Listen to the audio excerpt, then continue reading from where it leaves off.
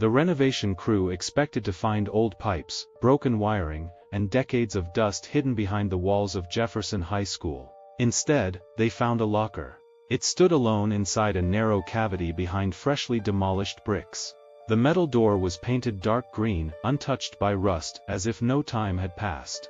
Its number plate read, 314. The strange part wasn't the locker. It was that no hallway in Jefferson High had ever contained a locker numbered higher than 287. The school's blueprints confirmed it. Maintenance records confirmed it.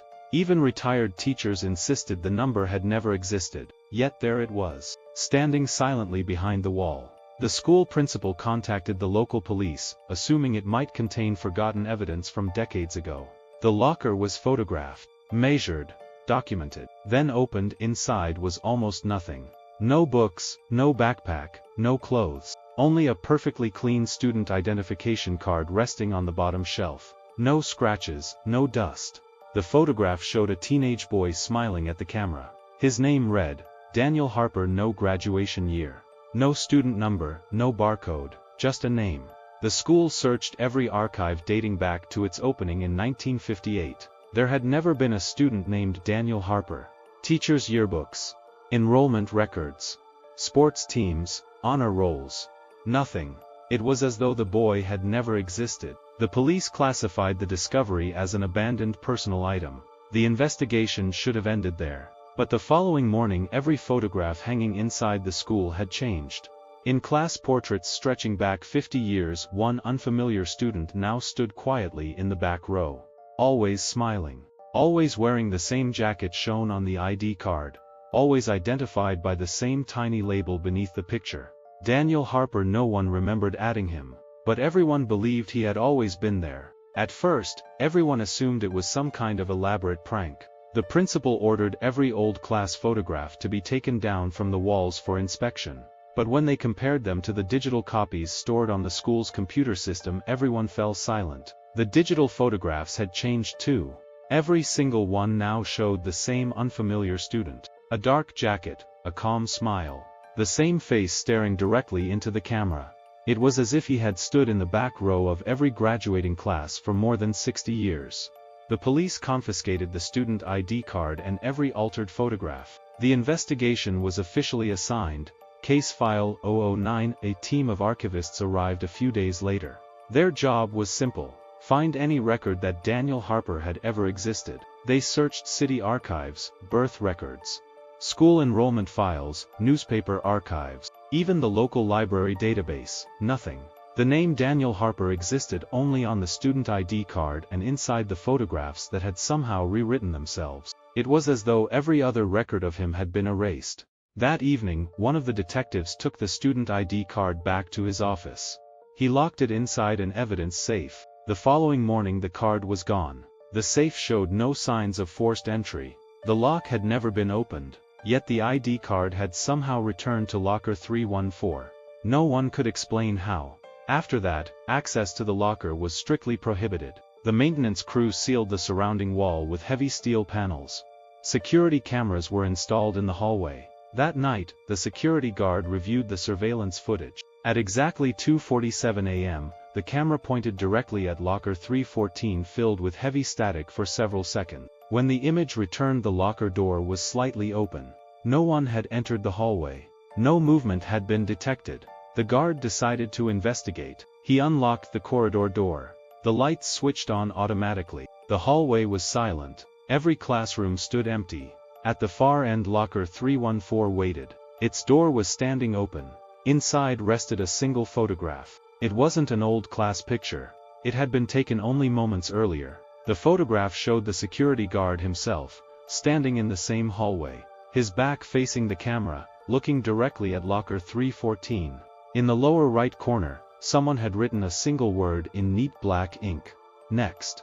The guard spun around. The hallway was completely empty. His heartbeat echoed through the silence. Slowly he looked back at the photograph. It had changed.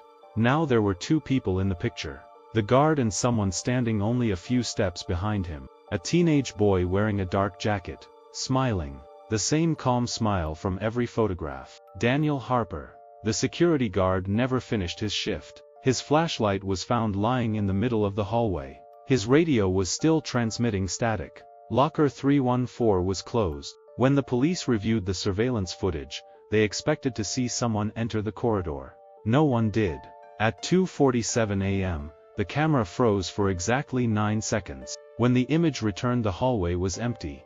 The guard was gone. There was no struggle, no footsteps, no open doors. He had simply disappeared. The investigation grew larger. Detectives searched every inch of Jefferson High School. Walls were opened, ceilings inspected, underground utility tunnels explored. Locker 314 remained exactly where it had been discovered. Every test produced the same impossible result. The locker had been manufactured only 3 years earlier, but it was sealed inside a wall built more than 50 years ago. No one could explain how that was possible. The missing guard's family arrived 2 days later. His wife was asked to identify several personal belongings. She stared at his flashlight, his wallet, his watch. Then she frowned. "I'm sorry, I've never seen these before." The detective looked confused. "These belonged to your husband." She slowly shook her head. "My husband wasn't a security guard." The room fell silent. She reached into her purse and pulled out a family photograph. Her husband wasn't in it. Instead, another man stood beside her, smiling. The woman insisted that was the man she had been married to for 23 years. No one else remembered the missing guard anymore.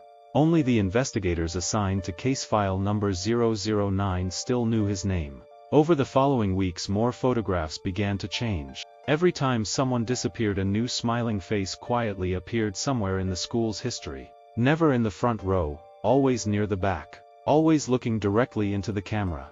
Always smiling. One detective refused to leave the case. Detective Michael Hayes believed there had to be a logical explanation. Late one evening, he returned to the sealed hallway alone.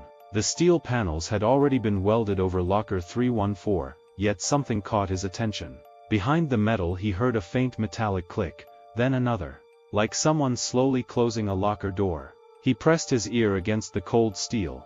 Silence. Just as he turned away, a voice quietly whispered from inside the wall. Not loud, not threatening. Almost gentle. "There's still room for one more."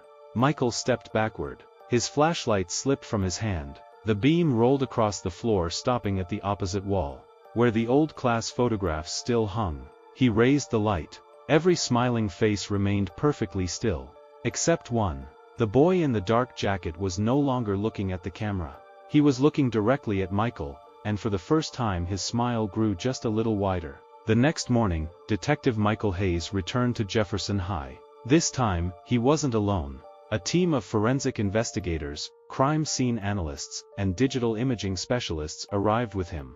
Every class photograph was carefully removed from the walls and transported to a forensic laboratory. Each image was scanned at the highest possible resolution, compared with archived digital backups, compared with original negatives stored in climate-controlled evidence boxes. The result was impossible. Every photograph was authentic. No signs of editing. No altered pixels. No replacement layers. It was as if they had always looked exactly this way. But one discovery caught everyone's attention. In every photograph where Daniel Harper appeared, someone else stood beside him. The figure had always been there. Yesterday, it had been nothing more than a blurred silhouette. Today it was becoming clearer. No one could make out the face. It remained strangely distorted, as though reality itself refused to reveal who it was. That afternoon, Michael searched through the original construction records of Jefferson High. Hundreds of blueprints, maintenance reports, renovation permits. Then, inside a faded envelope buried beneath decades of paperwork, he found a single typed letter. No signature, no date, only one warning. If locker 314 is ever discovered, do not open it a second time.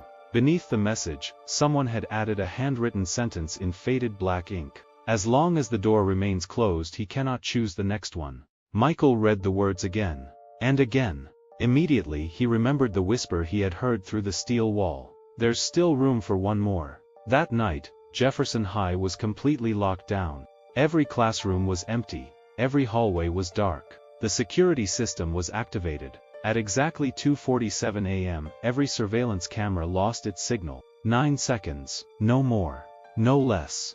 When the image returned, the heavy steel panels covering locker 314 were lying neatly on the floor. Not bent, not broken. As though someone had carefully removed every bolt from the other side, locker 314 stood open. Waiting, inside, rested a single photograph. It showed Detective Michael Hayes' office, his desk, his computer. A half-finished cup of coffee. Everything looked perfectly ordinary, except for one detail. Mounted on the wall behind his desk hung a large Jefferson High graduation photograph. In reality, that photograph had never been there. Michael looked closer. Daniel Harper stood in the back row, still smiling.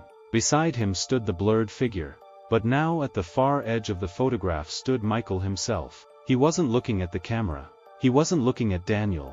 He was staring directly at whoever held the photograph. Written in black ink across the lower right corner were 5 chilling words. "We're almost ready to remember you." Michael slowly lowered the photograph. His office was silent. Nothing had moved. Nothing seemed out of place. Then his eyes drifted toward the far corner of the room. Where yesterday there had only been an empty bookshelf, now stood an old green school locker. Quietly, perfectly still, as though it had always belonged there. The number plate reflected the dim desk lamp. 314. Michael took one cautious step backward. The room remained silent. Then without a sound the locker door slowly began to open. Michael didn't move. The locker door continued opening slowly without making a sound. No rusty hinges. No grinding metal. Just silence. When the door finally stopped, the locker was empty. Or so it seemed. The flashlight beam revealed nothing but darkness inside. Not the darkness of an enclosed metal cabinet. Something much deeper. The light disappeared only a few inches beyond the door. As though the inside of locker 314 wasn't a locker at all. It was a space with no end. Michael cautiously stepped closer. The air became colder. His breath turned visible. Then he noticed something impossible. The inside walls of the locker weren't made of metal anymore. They were lined with hundreds, perhaps thousands of school photographs. Every graduation class. Every sports team. Every club portrait. Each one stretching endlessly into the darkness. He reached toward the nearest photograph. It showed Jefferson High in 1986. Daniel Harper stood in the back row, still smiling. Michael looked at another. Daniel was there again. Again. Again. Every photograph. Every year. Always watching. Always smiling. Then he realized something else. The people standing beside Daniel were changing. Some looked frightened. Some appeared confused. Others stared directly at the camera as if they had only just realized they were trapped inside the picture. Michael quickly pulled his hand away. The photographs began to rustle. Not from wind, they moved on their own. One after another. Thousands of photographs shifting at once. Like someone turning the pages of an endless album. Then every photograph stopped. All at the same time. Michael raised his flashlight. Every person inside every photograph was now looking directly at him. Not just Daniel. Everyone. Hundreds of silent faces. Watching. Waiting.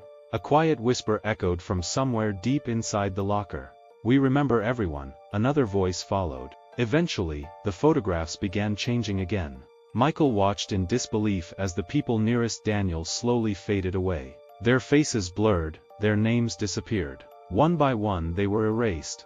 Only Daniel remained perfectly clear. Then a new space appeared beside him. Empty. Waiting. Michael looked down at the photograph still lying in his hands. His own face had become sharper. His name had appeared beneath it. Michael Hayes. The whisper came one final time. Soft, patient, almost welcoming. "Now we remember you." The flashlight suddenly went out. The security cameras lost power. For exactly 9 seconds. When electricity returned, locker 314 was gone. The wall was solid brick. As if no locker had ever existed. The investigation was officially closed. But one piece of evidence remained. A graduation photograph hanging in the main hallway of Jefferson High. Visitors rarely noticed anything unusual about it. Rows of smiling students. Teachers standing proudly behind them. And in the back row 2 figures, a teenage boy in a dark jacket. And beside him a detective no one could identify anymore. Both smiling. Exactly the same way.